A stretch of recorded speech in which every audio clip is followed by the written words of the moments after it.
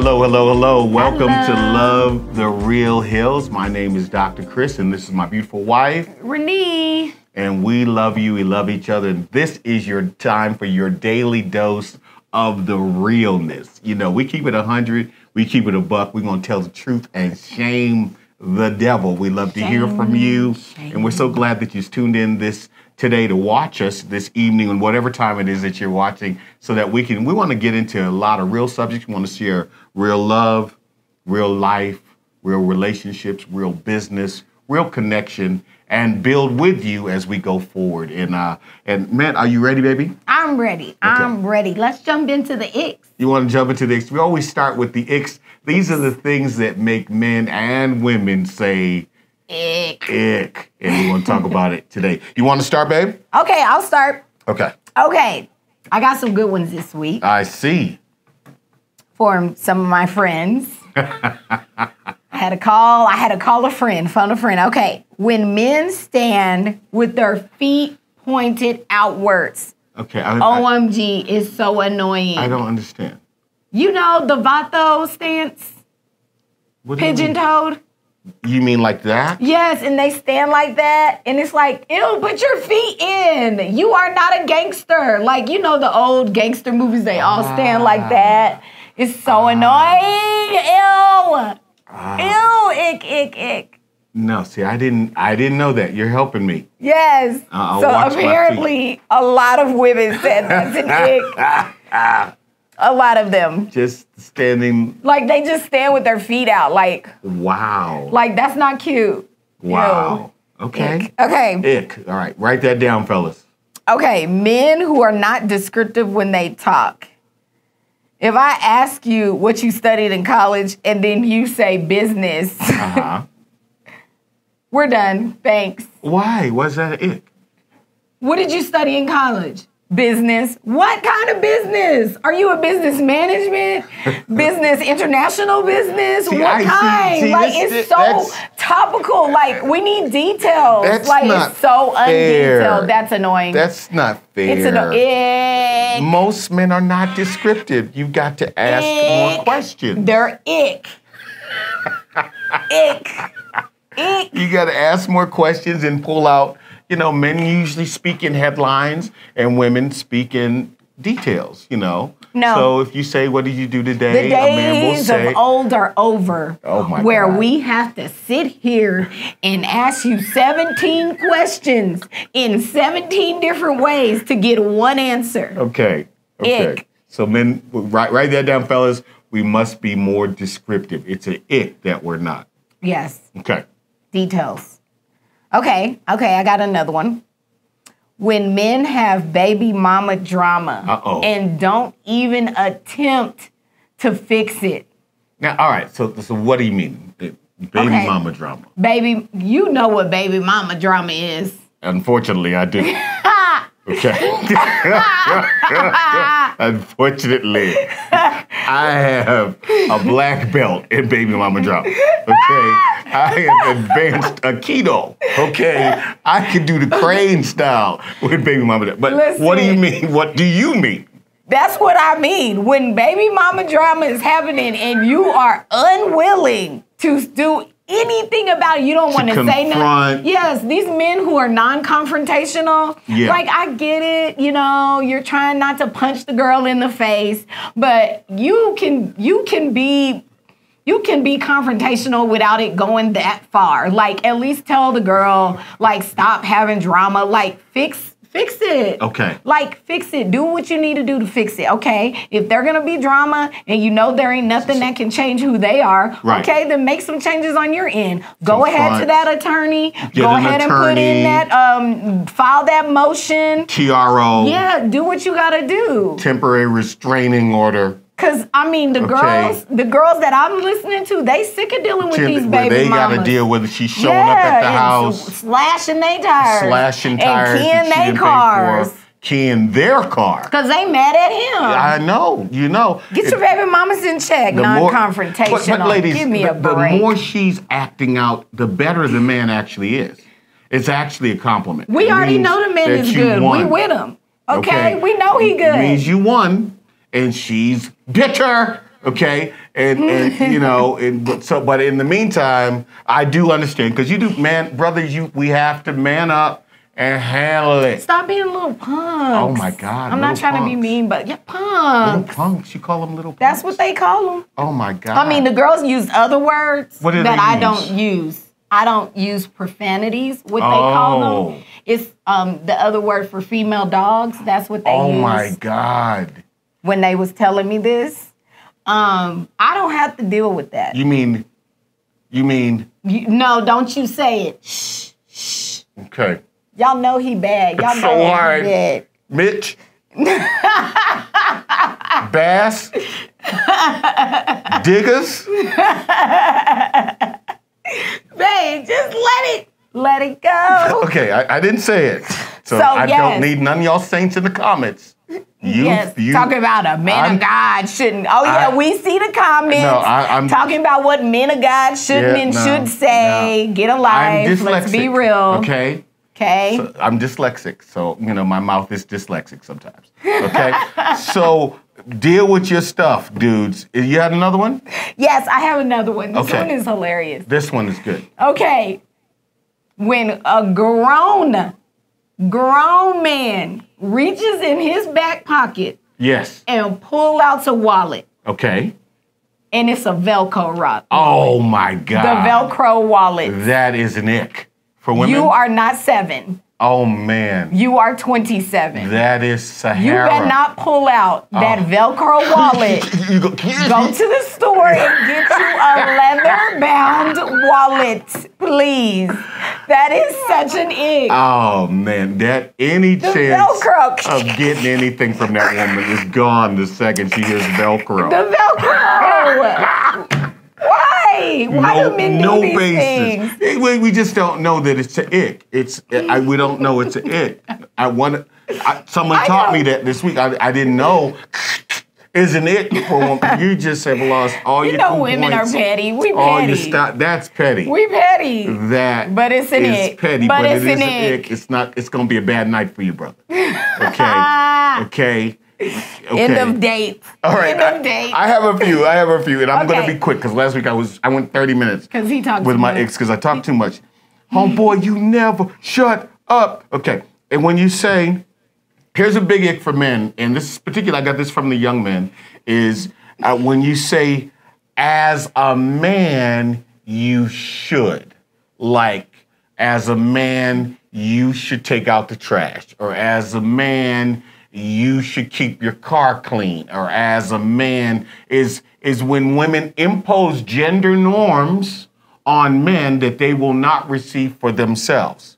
Because you don't want us to say, as a woman, your hair should be done before you walk outside.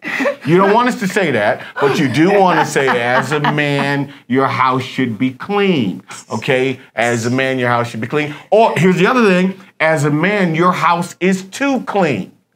Okay? You know, women have actually said, because they impose gender norms, I'm like, this house is way too clean for you not to have a woman around. I understand. You know, there's this thing called the down low, and it's getting real.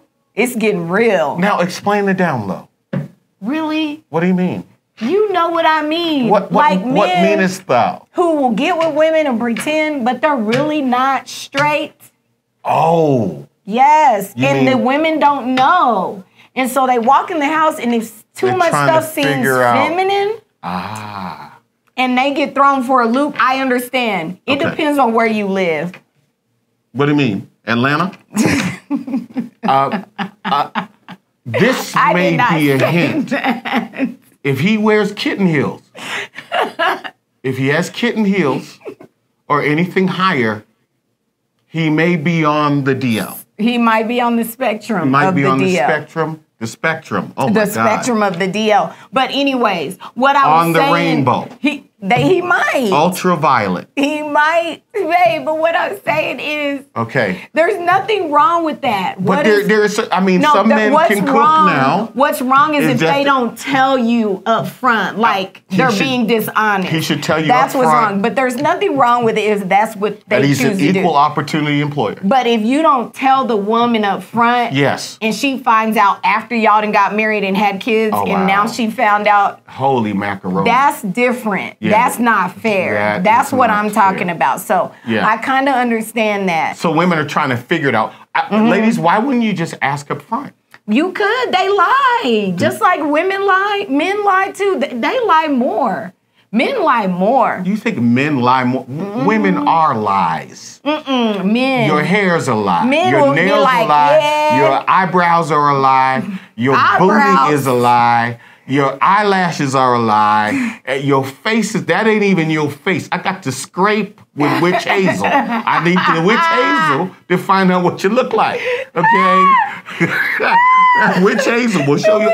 You'll find out she's a witch. Oh no! I'm telling you. So women are the masters of the visual lie, but I get the visual lie, and then men are the masters of the verbal, the actual lie.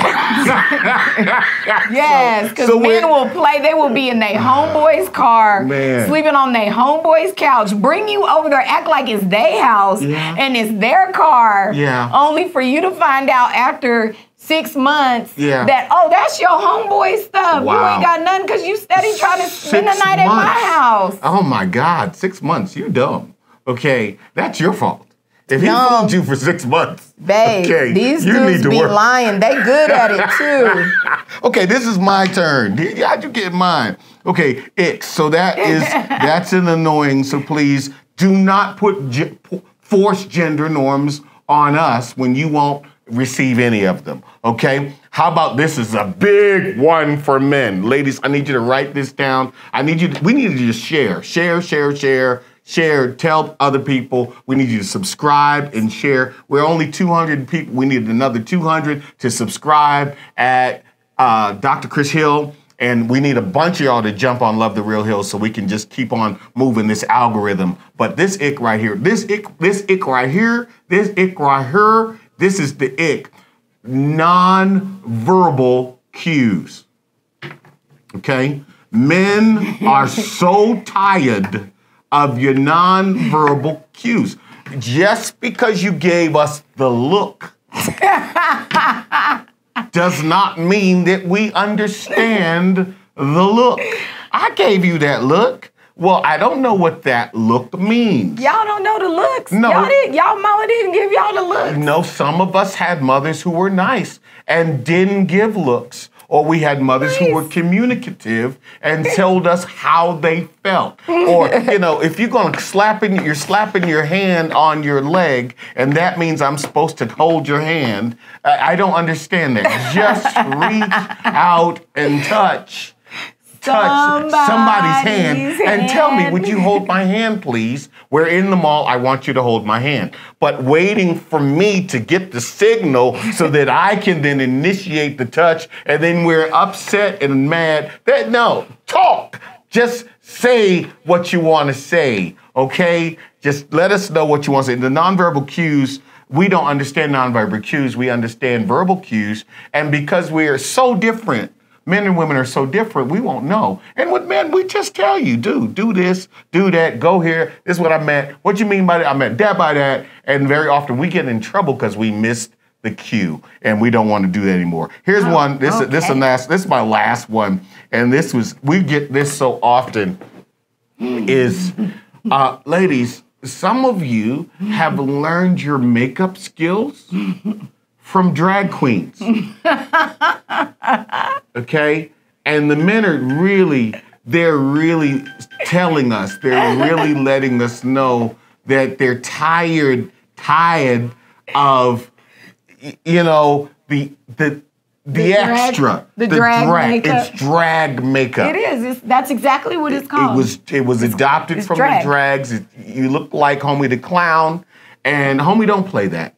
And we're tired of that. And so I'm getting this every single week. I try not to put it in all the X, but it's such a real deal that, it's just calm down. We really want to see what you look like. You know, we want to see, I love makeup. My wife is a makeup artist, and, you know, and she has great help. To me is amazing. Simjo Beauty Co. Simjo Beauty Co. is fantastic, hooks her all up, and it's awesome. And I enjoy, but what I like is when you remove said war paint, then you look like this.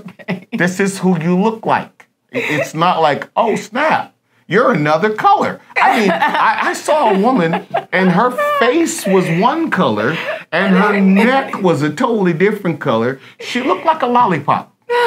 She looked like a chocolate lollipop. Because the neck was, you know, and you're like, ugh, you know, and those kinds of things. So just, ladies, tone it down. Or here's something, ask a straight man what he thinks about your makeup. That would be interesting. Not your homegirls. Not your homegirls, because they lie. Y'all lie to each other. Girl, do I look fat in this? Girl, you got all them rolls inside your clothes. Go ahead. You know, it's enough. I never heard that in my life. You never heard that? All the rolls? All them rolls inside your clothes. If my homegirl said that, she would no longer be my homegirl. To who? I saw this, you know, Pillsbury. You open up that can and that thing come out. No. Stop it. You need to ask somebody honest. Because I believe in body positivity. I do. Let's be positively honest about the bodies. And that way we'll keep people from, you know, looking a hot ghetto mess. No, did you say a hot ghetto mess? Hot ghetto mess. That's terrible. See, they say I'm mean, but baby, it's the jabs for me. Hey, we're out of time for this segment. We're going to take a quick break, and we'll be right back with our next segment. And we're so glad that you joined us on Love the Real Hills. Higher Level Denver is here. Join us as we go to the higher level. Higher Level Denver with Dr. Chris Hill. But I'm about to get real free. Free in my mind, free in my body, free in my past, free in my future. I need a free person to give God a free praise right here. We are friends of God, friends of man, and friends of humanity. Transform your life. Find your voice. Get ready to roar. Join Dr. Chris Hill at Higher Level Denver this Sunday at 10 a.m. Higher Level Denver at the Roar Center, 3035 South Parker Road, Aurora, Colorado, 80014. See all that we're doing on the web at www.higherleveldenver.org. And we're back. Welcome back, everybody. Now it's time for my favorite part of the show, where we get to play a game. She loves the game. She loves the game. And today we had our fans send in questions and that they want us to answer. And so we have all of these random papers. Straight from the comments, straight from the DMs. We haven't seen them. And I have not seen these questions. And Q&A on the spot makes me a little nervous. It's okay. He'll be all right. So y'all pray for me as I try and calm my nerves. We're going to pick one, and then you got to read it out loud and answer it. All right. Do we answer each question, or you answer the question you take? I answer the one I take. Okay, and I answer the one I take. All right, so that's fair. You ready? That's fair. I have a 50% chance of not being canceled. Okay, that's Q&A scares me. Come on, you first. Why do I have to go? Okay, I'll go first. Because you're scared. All right, shamalama. Okay, so this question says, what's your perfect date? So perfect date night or person? Date night. Okay. Yeah, I would think. Okay, so I'll write that perfect date night. Perfect date night for me is I love movies. I love fine dining. So probably either a play, a play capped by, I love theater, it's capped by a great dining experience, preferably, something 5-star, or Michelin starred, at least one, and then hot butt naked sex. Hot? Why it gotta be hot? Hot butt naked sex. If I take you to an imperfect date is Hamilton, Michelin star, Jergens. Okay, that's an imperfect date. That's a problem. If dudes spend all that kind of money on you, I can't. It's my turn. You need to take it to the house. I can't with him, y'all. Okay, my turn. Does your spouse ever annoy you? How do you handle it? I can answer this one. Yes. He annoys me. He is. See, let me qualify. No, you don't get to qualify my annoyance. He's annoying, see? Okay, my husband, for those of you who don't know, is a morning person, okay? And he wakes up singing songs from theater shows from the 30s, 40s, and 50s. Everything's coming up roses for me and my girl. That I have no clue what they are, but he does this in the morning. So here's me sleep. If I even blink, that is what he's doing, waiting for me to blink an eye. I wait. And that I'm awake so he can start talking and singing. I think about things while I'm sleeping. Me, on the other hand, am not a morning person, and I typically don't go to bed until about 2:30 a.m. and I wake up at like 7. I don't get sleep. Yeah. And he wants to have a full conversation. I only require 5 hours of sleep, and then I'm awake again. So we go to bed at 2. I'm usually up at 7, 1. Sometimes. You know what else he does? 3. He's annoyed. He annoys me in a lot of ways because I'm OCD. Let me take. So he does stuff like, when you wash your face in the sink in the morning, or you shave and you're in your sink. He does stuff like walk around the whole bathroom and room with his hands dripping wet. So then when I get up and start to walk, I'm stepping in wet puddles. Puddles. It is so annoying. It's drippage. It is too much. It drives me nuts. So yes, he annoys me. I have many more. I know. But we'll be here till next week if I went through them all. Long segment. So your turn. Okay, let me. You don't annoy me at all. You're perfect in all of your ways. Practically. Like Mary Poppins. Okay, explain healthy me time. Past shows you mentioned too much me time is bad. Okay, and this is. I'm glad you got that one. No, this is a serious one. Is because I hear this way too much. Is me time is time that you require for yourself to replenish yourself, and I'm all for that. Your me time should never subtract from your kid time, if you have children, or your spouse time, okay? And so when you're operating in behavioral scheduling, which is something we need to do a show on, when you're operating behavioral scheduling and you're scheduling your behaviors, I want you to have time to work out, time to pray, time to meditate, time to reflect, time to walk. I have, a lot of my clients, particularly those who work in Fortune 500s or large-scale ministries, they'll go and spend an hour or 2 walking just to get centered and just to get that time for health. And you want to schedule that time. Here's my suggestion. After 30 years of marrying people, after 30 years of counseling people and counseling couples, don't let your me time come out of the time that your children or your spouse would get. So for me, schedule it. I schedule it earlier. Kids are done. Spouse is done. So you want to go work out, and I get it. I want you to work out. I want you to have the time and the opportunity to go working out and everything. Do it at midnight. Or at 5 Or do it at 5 in the morning. Is usually my prayer time. I like to pray. I like to pray between 2 and 5 in the morning, okay?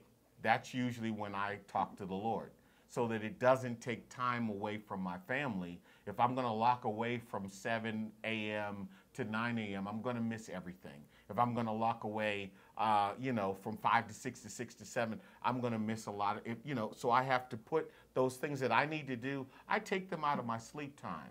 I really do. And after a while, it balances out. I may grab a nap in the afternoon, and I'm good for a nap, okay? I'm good for a nap, and I can pull that off.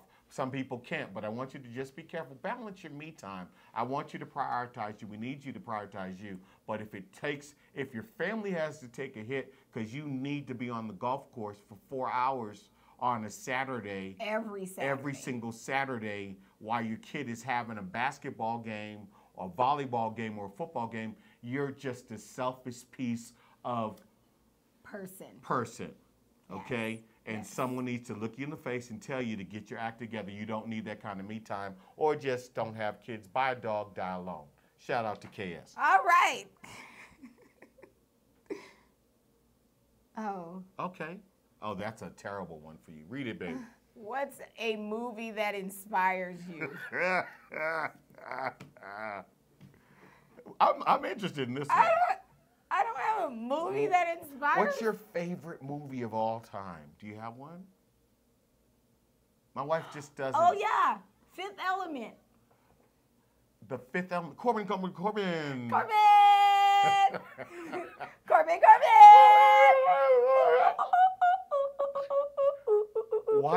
What does it inspire you? No, but it's my favorite movie. Why is it your favorite? Because it has all the things I love. It has comedy, action, aliens, science fiction. She loves science fiction. It has singing and dancing. Singing, the musical act, the dancing. And then it has... It's exciting. Yeah. It's not boring. No. Fifth Element. And it has like futuristic That's my wife. That's awesome. I like that. There you go. I like that. No, we I actually... don't really do... I'm not really into movies like that, yeah. The Notebook. What? She didn't see it. Harry Met Sally. No. A Few Good Men. Glory. No. See, she doesn't do that. I don't have time for TV. She don't have time for that. She running business. Okay. I don't really have time for She's a CEO. She's a boss lady. Okay, she got stuff to do. I hate that name, boss lady. All right, let me do my question. Your turn. All right, I hope mine is better.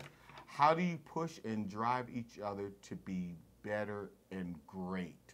Fantastic question. How do you push each other? How do we push each other to be better and great? Well, a lot of times is we communicate. If you can't tell, we communicate a lot, and we communicate often. And so one of our questions will be, what do you want to work on? What do you want to improve? What's your goal for this quarter, this goal for this month, this goal for this week, this goal for this day? And because we do a lot of check-ins, and then we encourage each other. I think we encourage each other to achieve those goals. And, we are very, and this is one thing. And we always ask each other, how can we help? With what you're doing, with what you want to do. And because we do prefer each other first and above, we almost have to say, hey, is how do we find a balance in that? Because it will be so much. My wife will push the things that I'm going after first, and then I have to do the same and say, hey, what about that idea? What about that business that you wanted to do? How do we get this in together? And so you just got to encourage each other. Life is hard. There's so many negative people. There's so many critics. There's so many trolls. God does not need you to be your spouse's troll. Get from under the bridge, get you some pom-poms, and cheer them on. Yeah, my turn. Yes. Okay. What's our favorite city as a couple and why? Dang. Okay. Ooh. Been around the world and I have found my baby. Okay. I don't know and I don't know why. What's your favorite? Our favorite. It was a collective question. Favorite probably is our favorite probably is Paris. Paris. Why Paris? Because we both love museums. We love museums. We both love to walk a lot. We like to walk. And we both like when it's light outside until 11 p.m. Yeah, pretty cool. One of the cool things about Paris is if you're there in June, and we like to go in June. I know everybody says, I love Paris in the springtime. Paris is cold, okay? Paris is cold in the springtime. Don't be fooled, okay? You'll be freezing up on that Eiffel Tower. You have to have a coat on, okay? But we like going, don't go in August. Everybody takes off from August. But June, July, you know, it's nice. It's nice, perfect weather. And it stays light until like 11:30. We went to the movies at 8:30 and we came out and it was still light outside. I was like, wow, shocked. It's romantic. I mean, we horse-drawn carriage while the lights of the Tour Eiffel is dancing, and you have your bride there and the loved one, and it's very, very romantic. And we love to try like wines. Different wines. And they have the best wines. Non-alcoholic wine. Okay. Non-alcohol-free wine. You just can't say that. They're going to cancel me. You know. They don't cancel you. The Holy. They know they be having wine. Non-alcoholic wine. Okay. We don't get drunk. We don't get drunk. Be not drunk with wine, which leads to excess.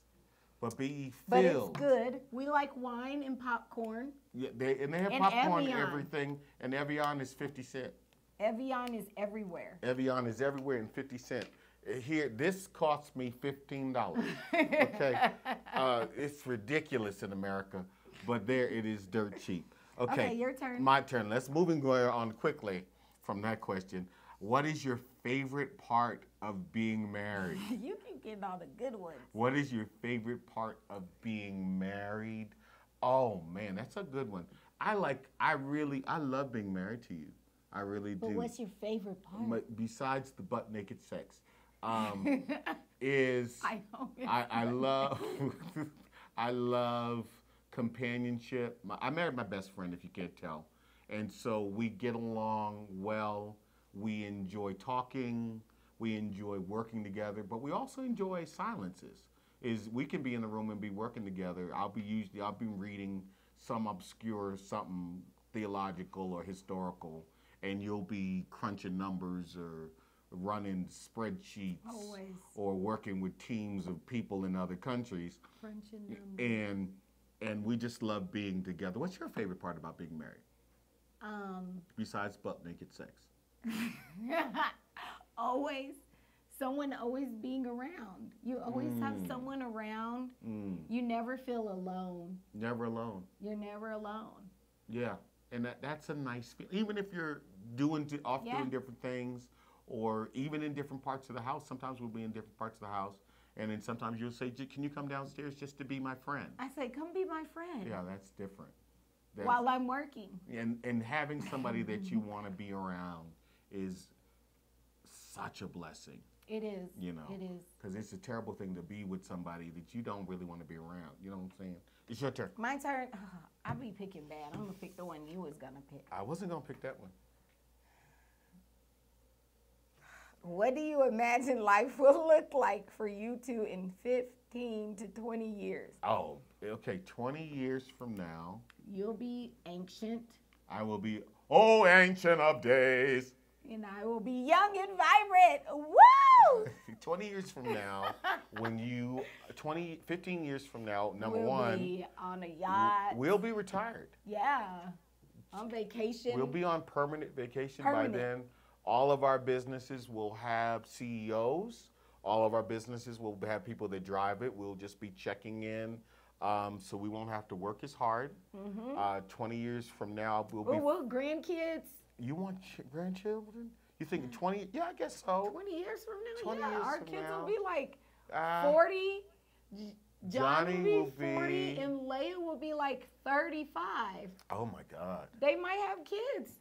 Oh yay! We'll have grandkids. Grandkids will be great. We'll go to all their games. We get to go to all their games again, and take them to ballet and piano and football, hockey. We're not doing football. How about hockey? Those sports with violence, Babe, where you could get concussions, we need more and black then you're people mental. we need more black people on ice. Okay? We do. When black people get into hockey, it's over. It's over. Yeah, more concussions. They don't get concussions. They just fight. Concussions. Okay. How about Sports. baseball? How about tennis? Tennis. How about gymnastics? I play tennis too. How about volleyball? I'm not playing gymnastics though. That scares me. That scares me. That's too much. Okay, it's your turn. Okay. So that's what 20 years from now we'll be Yes. doing business. We'll be doing ministry, but in a different way. I'll be more in an apostolic stage and just mentoring people and not I'll having to still preach be- every week. And you're still gonna be gorgeous. And I'm gonna Fun. look just like this. Me too. Only I'm gonna have a unit. I've looked like this since I was 15. I've looked like this. I looked at a picture of me. I know. I look exactly the same. I know you're frozen. Frozen. Frozen. Let it go. Okay, share your best tips. How did I get this one? Best tips for public speaking or connecting with an audience. I'm so glad you got that Oh one. my God. Share my best tips for connecting with an audience. Okay, cultural exegesis.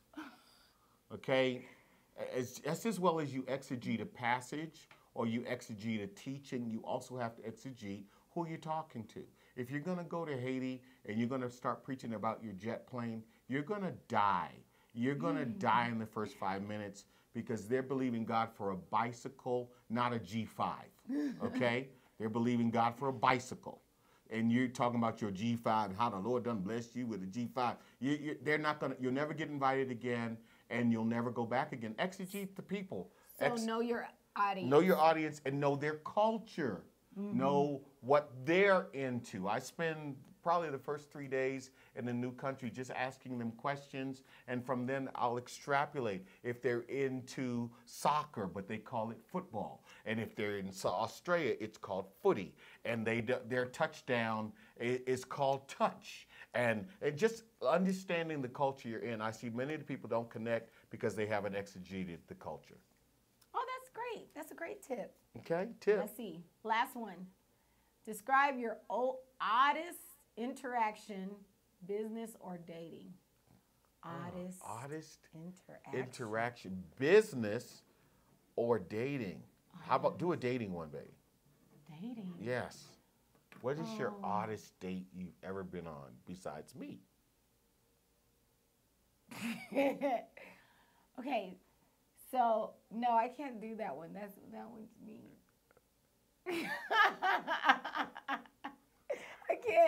I can't do date. Let me do business. Okay, oddest business interaction. Oh man, I'll do oddest dating because Yeah, you. Child. Okay. I searched high. I searched all over, couldn't find nobody.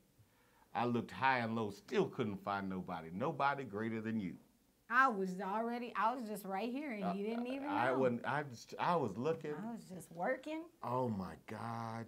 I mean, I went on this date and it was, I tried Bishop Jake's line. Bishop Jake's line, this is how he bagged Lady Sarita, is he said, is there a good place around here for a bachelor can get a home-cooked meal? And she couldn't cook, but her mama could cook. And so he ate over there, and the rest is history. The rest is history. Potter's House and FIPA and everything, Mega Millions. They've done well. And so I tried that. I said, is there someplace around here where a bachelor can get a home-cooked meal? And she said, sure, come over to my house. And so I went over there, and she made chicken. And she made baked chicken. The problem is she put the frozen chicken in the oven. And so it was fully frozen when she cooked it, and she cooked at 350 for this amount of time, whatever it was, but fully frozen. So when I cut into the chicken, and blood started to ooze out the sides. And she said, oh, it's juicy, isn't it?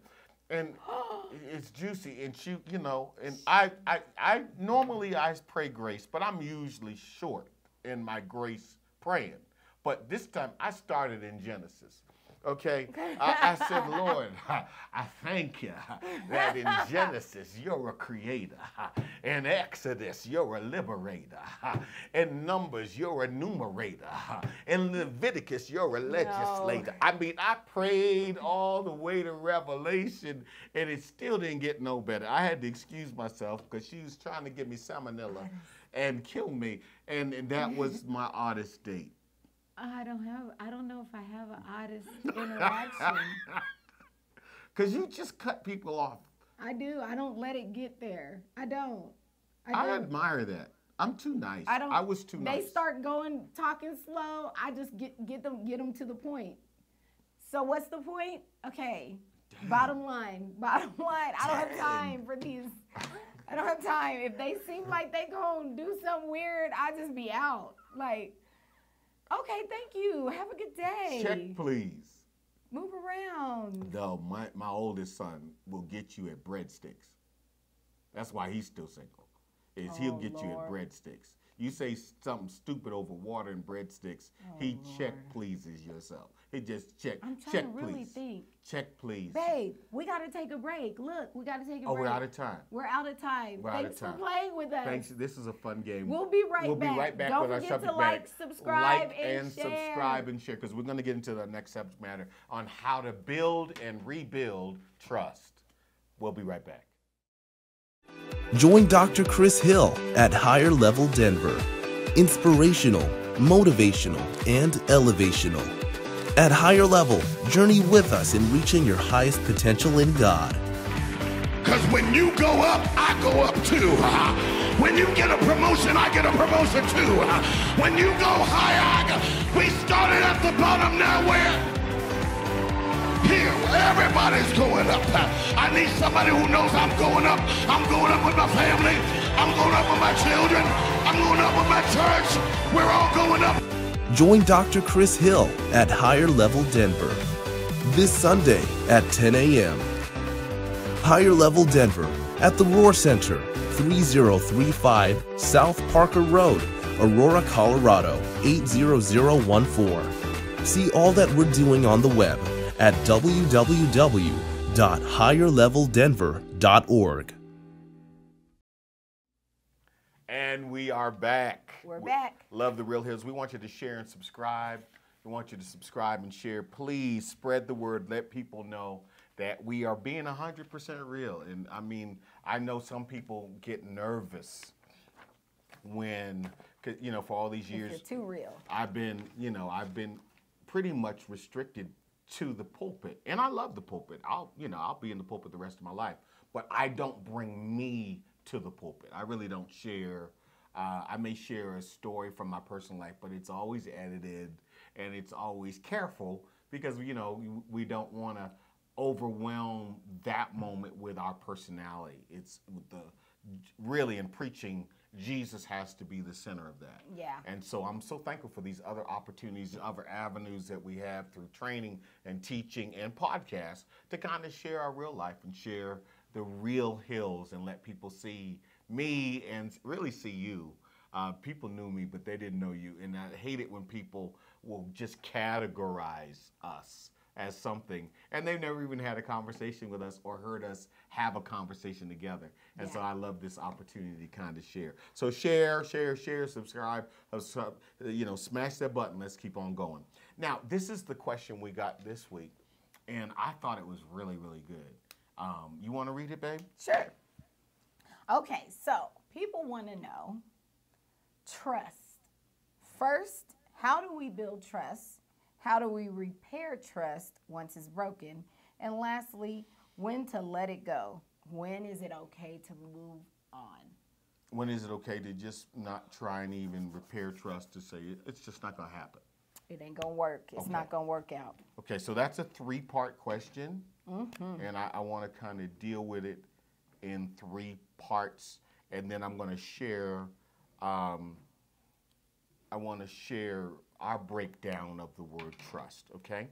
So the first, how do you build trust?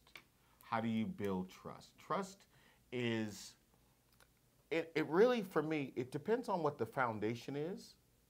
a lot of people are trying to build trust with people who have no foundation built in their life for trust to be built on. Either they've gone through a horrible relationship, or maybe they've come out of a toxic family system, or maybe they've gone through something horrible in their personal life, and so their trust has been eroded. The foundation for trust has been eroded. So my first thing is, if you're going to build trust, you want to build with somebody that even has a foundation. Sometimes people need to go through therapy, they need to go through deliverance, they need to go through healing first before they enter into a relationship, because they just don't even have a foundation for trust. One of the things really interesting, this happened to us last week, and I know you didn't even notice it, is you were on the phone with your sister, and she was on iPhone. And mine is an iPhone. My wife, pray for her, she has an Android. Pray for him. He's still that sinful phone with that bitten apple. So, and your sister was on, and you just walked out the house with my phone. I did, because I was on the phone with my sister.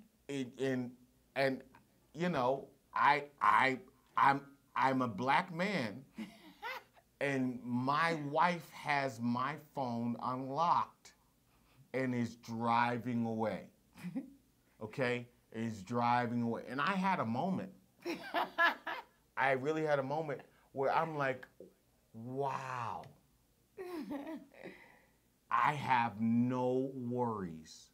Nothing's going to pop up on your screen. No one's going to slide in the DMs. I'm not talking to nobody. I'm not hollering at nobody. I was like, and I mean, you kept that phone. Most of the day. Most of the day. I was going to bring it home, but you're like, oh, no problem. Because when she called me on the other line, I realized I have nothing to hide. I am in a completely open book. Your face opens my phone. Okay? And it was like, wow. Because I can't always say that I've always been in relationships where my phone, if others had walked away with my phone, I would have chased them down the highway. I needed my thumb to be, if I died, I told my friends, cut my thumb off. Okay? In the autopsy, get my thumb. Okay? Because we didn't have facial recognition. You know, if I died, I was like, I'm going to screw my face up before I die, so that you can't but to be in a relationship when you have trust. But first, so the first thing, you got to ask yourself the question, am I in a position to build trust? Or do I need to take some time for reflection, healing, or is the foundation of trust been so eroded by past experiences that I don't trust nobody? And I can't, I got to put a tracking device on their phone, a tracking device on their car. Sad. Okay? Sad. And you're being nice, but you know what that's like. I know. You know, and that person just is not in a position to be in a relationship. You just give up. Just walk away until you get healed enough. So how do you build trust? First off, you got to be with somebody who's ready and is willing to be in that situation. And you have to be as well. Okay? And then trust. This is the thing that people hate about trust. Trust takes time. Trust is a currency that you accumulate. Time. And time is a part of it building interest. Okay? So trust, first of all, you're going to have to walk in truth. If you're a liar, you'll never build trust. You're just going to have to walk in truth. You're going to have to say, hey, my credit is bad. Is 430. Okay? My credit is afternoon credit. But I'm open. But I'm open to learn how to fix it. You have to be, trust requires truth. Hey, went through a divorce. I got issues. Lost half my money. My 401k is now a 201k. Okay. Started over from scratch. I started from scratch. I just walked out and left everything. I just left everything. Okay. Air mattress, black and white TV. Okay, that's what I got. Do they make black and white TV? You start at the beginning. You just I want to see. I'm for gonna go to black the store. and white TV. Okay, I went to Goodwill, and that's all my clothes is from Goodwill. All my furniture is from Goodwill. Just be truthful. Baby mama drama. Okay, Yeah. Child support is $2,000 a month, and I only make $4. Okay? Be real. Be truthful. These are not my breastises. Okay? Just be truthful. Be truthful. This is not my real butt. Okay? And when I got, let me know. Let me know. Just. This is not my real hair. This is not my real hair. Okay? But I do have real hair. You do have real hair, and your hair is gorgeous. But some people don't. Right. If that Malaysian gold is not yours, okay, you paid for it, let him know. Just let him know. He may not care. He may not care. He may not have any hair, and so he may be open for, it's equal. It's equal. Equal opportunity. Equal opportunity. Trust requires, the first thing it requires is truth. I'm talking a lot, babe. What's the second thing? Reliability. Wow. Break it down. You have to show yourself to be someone that is reliable. You're not going to be able to build trust with someone who's not even reliable. Knowing that someone is someone you can depend on, someone that is going to be there, somebody that you can count on, someone you can lean on, helps also to build that trust. That reliability is a big, big part, especially for women, I would say, because women have gone through so many relationships with people where they just weren't reliable.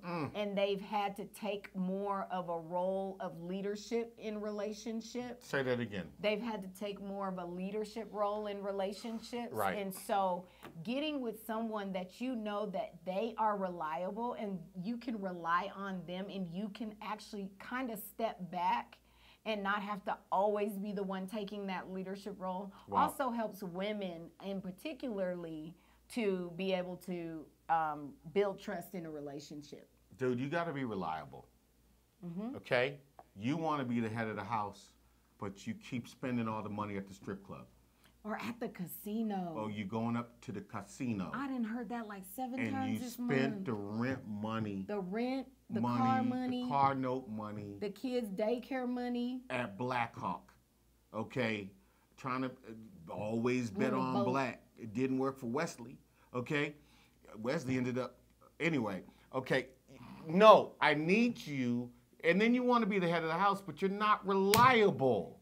You're not reliable. Nobody depends. You're not on time. You can't keep a job. Okay? Sometimes you're going to have to work a job you don't like and be 15 minutes early, and just to be reliable, or nobody will trust you. Your kids can't I need you to pick up the kids from school at 3 o'clock. And it's 4:30, and your kids sitting 4:30? outside on the bricks waiting for you on the curb, waiting. So they don't trust you. Your woman don't trust you. Nobody trusts you. Your mama don't trust you. Your mama don't trust you. If your mama, now they all may love you, but you'll never build trust. Okay, so you want to endeavor to be a reliable person. I may not be skilled, but I'm reliable. Okay, I may not be skilled, but you want me to go to the store, I will call you from the store and say, no, wait, Video phone. What kind of chicken did you want? Let's look at this. Look. What paint do you want? Flip the phone and just be reliable. Reliability is one of the keys to building trust in a relationship. Show up when you say you're going to show up. Do what you're going to say. Do what you said you're going to do. Don't blow the money. Don't blow the rent money no more. Just hand your check over. Don't cash your check. Okay, some of us don't need direct deposit. I rebuke direct deposit in the name of Jesus. You don't need it. You need a check that you can come home and bring to your woman, and then she can break you off your allowance. I know you're a grown man. I know you make more than she does, but if you're not reliable with it, just admit it, because you'll never build trust until you're reliable. No, okay, can you do the next one, baby? Okay. The next one I say is understanding. Okay. Okay? There has to be understanding on both parties. Mm-hmm. You have to be open and willing to have a good sense of understanding. I love that. You have to be able to see things from their perspective and understand where they're coming from, understand their background, understand their history, understand their upbringing, understand their religion, understand everything about them, because that understanding is going to help you to know how to even deal with that person. Right. If you have no understanding, you're gonna mishandle the person.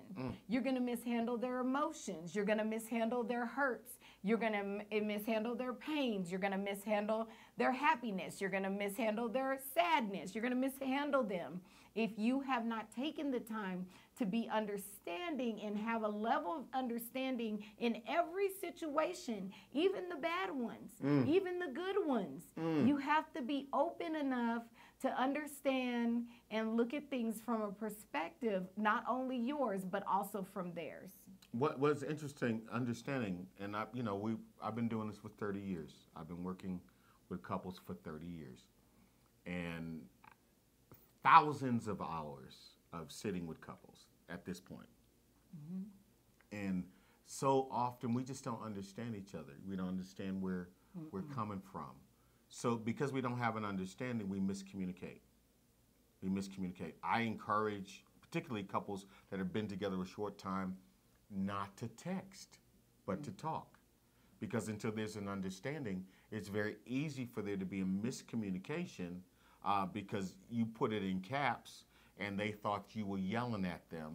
Text doesn't have a tone. And right, we Text, don't. The tone, you can't hear tone. You can't hear attitude. You can't hear patience. You can't hear sincerity. You can't hear that through writing. You can't hear that through a text message. Sometimes a person could put it in all caps and be like, oh my gosh. And it's, oh my gosh, I'm so sorry. And you're thinking they're saying, oh my gosh, you're so dumb. Right. And you can only hear that through the person's verbally speaking it to you. And until you've been with a person long enough or around them and you've had time to talk around them, they've been able to see you when you're having these moments. They've been able to hear you when you're going through. They've been able to see how you respond and react. It's really not safe to use texting to get to know a person, or not even for to build understanding.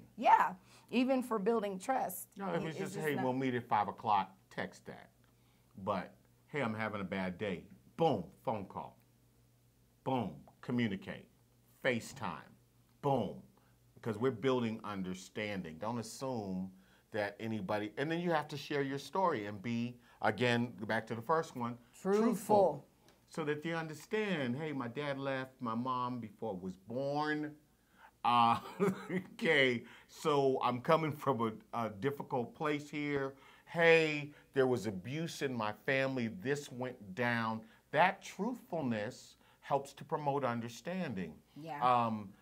I was raised maybe you were raised in a family where they did a lot of yelling, okay? And so since there's a lot of yelling, you can't process yelling, Yeah. You can't process yelling because it's just completely a shutdown for you, and it's really, you understand what I'm saying? You can't process it. I want you to understand that understanding is huge because it provides context for communication. Yeah.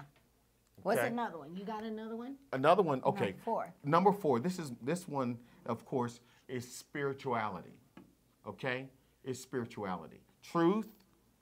Reliability. Understanding. And spirituality. When you're rebuilding trust, you're going to need God to help you. You're going to need God. God. To heal your heart. Heal me, Lord. Heal my emotions. Touch me, Lord. Heal my will. Please. I need you to help my spirit. It's a spiritual thing. And very often we try and do this apart from the help of the Holy Spirit, and it does not work. Okay?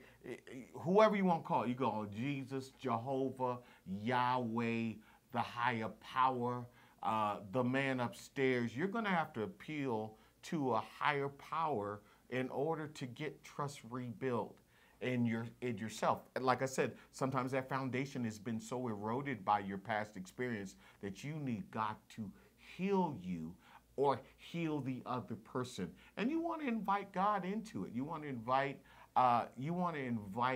the Holy Spirit. You want to invite Jesus. You want to invite whoever you appeal to up there, you want to appeal to them, because there needs to be a spiritual core for that to be successful. And then the last one, before we get to the secondary question here, was here's the last one. You notice his acronym, truth, reliability, understanding, spirituality, and the fifth one, truth, is time. Depending on the infraction. Even not an infraction. If it's someone new you're meeting. Or the newness of the relationship. Mm-hmm. But I'm dealing really if there's a breach in trust. A breach in trust. Sometimes we want that person to forgive us and move on. Okay?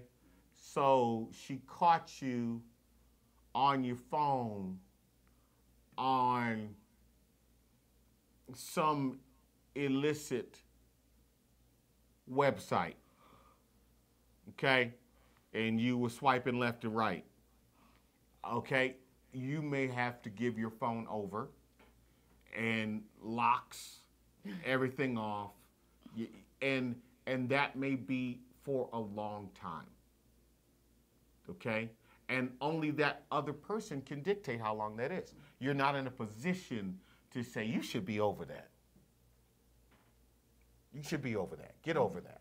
No, you're not in a position. You're in a beggar position where you've lost torque in the relationship because you've been a breach. There's been a breach of trust. There's been a breach of trust. And so you're going to have to put in the time to repair it, to rebuild it. And only the other person can dictate how much time. And for that reason, that goes to the secondary question, and this is the secondary question, is how do we repair trust once it's broken? You're going to have to walk in truth. You're going to have to be extremely reliable. You're going to have to be understanding of where that person is and where you are. You're going to need to appeal spiritually. You're going to have to appeal spiritually to the Lord. You may have to get some pastoral counsel. You may have to get some special prayer because we're working through this. And then you're going to have to give it the time. You're going to have to give it the time. And only that can be determined by you and the other person, how long that time is. But then, lastly, when do you let it go? When do you just say, okay, I'm not going to be able to trust you? When you say that. How long do you think? When you say that. You know, as a woman, as a man, you know in your heart whether something is so bad that you know this is just a deal breaker for you. It's a deal breaker. This is more than an ick. This is deal breaker. A yuck. It's a complete, and it's you not know, even a red flag. It's a black flag. You know it. If you over. thought it, if you said, I'm not gonna come back from. You're not gonna come back from it. Right. This I can't forgive. You're not gonna forgive it. I mean, you know who you are. You're a grown up. You're an adult. You know what you can handle and what you can't. Right. There are some things I know for a fact. If it happens, there's no going back because I know me. Right. My personality just wouldn't do it. My personality just wouldn't handle it. My personality can handle a lot of stuff, but there are certain things that it won't handle. Wow. And I know the moment any of those things may happen, it's a no. It's a done. So you know those things about you. You know, there are some people out there who, let's use cheating. There are some people out there I have sat in conversations that just believe cheating is a part of life. Wow. They do. So if their spouse or significant other cheats that is on not them, a deal breaker for them. It's just not a deal breaker. They're just, it's an open relationship, or even if no, it's not open. It's just, everybody cheats. Right. Everybody cheats. That's how they think. Right. And so cheating is not a deal breaker for them. And I know, because I understand you, that's a deal breaker for you. Deal breaker. So if I want you in my life, I have to walk in monogamy.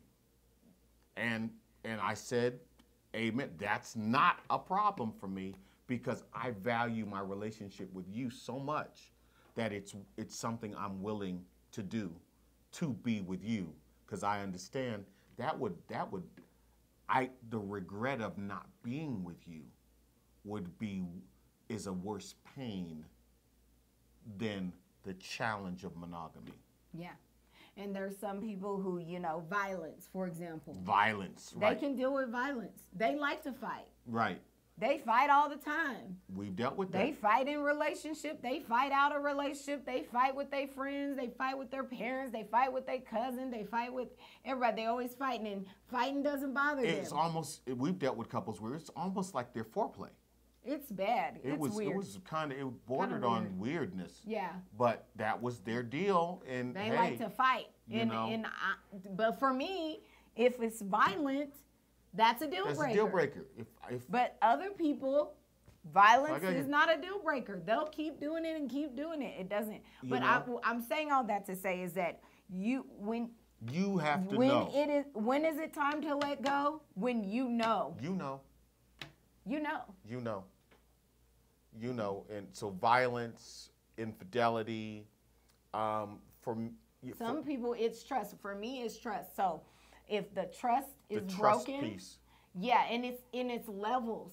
Yeah. Okay, so if it's something like, I asked you to go. Stealing from your purse. I asked you to go to this grocery store. I'm just going to disregard it. I'm going to disregard that one, because we are grown-ups. If you're stealing from my purse, we're not going to be together. Taking your credit card. Oh, my goodness. To buy games from GameStop. Okay, so there's stuff like that. Yeah. But then there's stuff like, for me, it's like, what kind of trust is broken? So there's topical trust, like, for me. This is for me. There's topical trust, like, I asked you to go to the store and get the red popsicle, and you came home with the blue popsicle. Okay, I know I can't send you to the store to get nothing because you gonna mess it up. I can't trust you to go run store errands. That's different. That's not a deal breaker. But a trust deal breaker, for me, is, I have an enemy and you're friends with them. Wow. Okay. I can't trust you. That's a deal. Yep. You're done. It's a different level. And you're that way with friends, coworkers. If you're a friend to my enemy, then you're not my friend. You're not my friend. And that's just how I'm the same way. So we agree with that. If you talk to my enemy and you cohort with my enemy, you're not my friend, and I will let you go. Let him go. Because I'm too good of a resource to be in a relationship with somebody that doesn't value me. But I really want to get up under. For me, mine is a little different. Anything that hurts children. Oh, yeah, me too. I'm done. Yeah. I'm done. If a child is hurt as a result, if my child is hurt as a result of your action or decision, I don't think you're a good person. Yeah. And when I don't think you're a good person, I can't be with you. I just can't be with you. Yeah. If you don't take care of your kids. Children are helpless. You don't take care of your kids. You don't pay child support. We're not going to be friends. We're just not going to be friends. Now, I can see if it's too much, we can talk about that. for what you're making, but you just don't see your kids or talk to your kids. Even if you're my homeboy, we're not going to be friends. I don't think you're a good person. You're a bad mother. You're a bad mother. You send your kids to school with no food. We're not gonna be in a relationship. One of the things I admired about you is that you were such a good mother, and not only were you a good mother to your kids, you'd been a youth worker and a volunteer and a foster parent and all those things. I've admired that. It was, and anything less than that would have been a deal breaker for me. And I think, so we're going to build trust. You have to know when to let go, and you have to let go. Yeah. And don't let church, false biblical narrative, lock you into something that you just know is not going to work. I grew up in the kind of church where sisters would come to church beat up. I mean, eyes swollen and beat up, and the pastor would tell them, hey, you have to stay in that relationship because the marriage bond is forever. And I disagree. If you're in an abusive situation, the Jesus I know and the Jesus I serve would not have you be in a place of a lack of safety for you to be consistent with a covenant that has been broken by the breach of him knocking you upside the head or her knocking you upside the head. God wants you to live at peace. Well, we're out of time. We're out of time. We're out of time. I hope this has been helpful to you. Trust is a big deal. Trust is big, and you need it. You need trust. It's good. I like this one. I like this question. I'm glad we got to break down. But just remember the trust. T, truth. R, reliability. U, understanding. S, spirituality. And T is time. Time. That's what you need to build trust, repair trust. And it also is what you need in order to know when it's time to go. Right. If that time is gone long enough and I'm out of time, then be out of time and move on with your life. Move on. Move on. Well, that's been another dose of the realness. That's the realness right from there. From Love the Real Hills. We will see you guys next time right here on Love the Real Hills. Have a good day. Bye. Have fun. See you later.